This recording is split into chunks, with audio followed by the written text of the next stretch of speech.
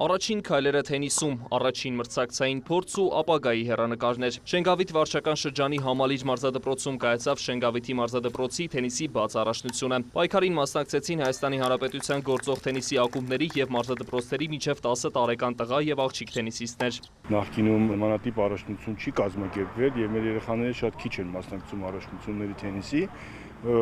Արդեն երկար ժամանակ մենք սկսել ենք ավելի մեծ ուշադրություն դարձնել թենիսին, քանի որ ինքը լինելով շատ մասսայական մարզաձև եւ մարզադպրոցում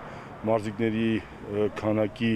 բարելավումը եւ քանակի ավելացումը մեր միշտ բերում է նոր մտահղացումների։ Մրցաշարի նպատակն էր խթանել երեխաների հետաքրքրությունը թենիսի նկատմամբ, նպաստել առողջ ապրելակերպի տարածմանը եւ հնարավորություն տալ մարզիկներին ձեռք բերել մրցումային փորձ։ Առաջի հերթին երեխեքի առողջության խնդիրն է եւ երկրորդը այն նայում ենք մրցումները եւ ես համոզված եմ, որ այս երեխաների մեջ կլինեն Անդրե Աղասիներ։ Ես համոզված եմ, որ այս երեխեքը մեծանալու են աշխարհ ներկայացնեն։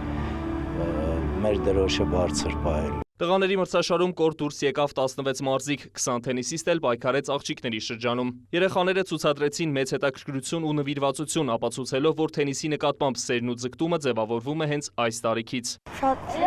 կարևոր է սա հաղթանակը իմ համար, որովհետև շատ մոտիվացրեց ինձ, որ ես պիտի չհասնվեմ եւ պիտի պայքարեմ մինչեւ վերջ։ Ես այս խաղից սովորեցի, որ խաղից առաջ պետք է հանգիստ լինես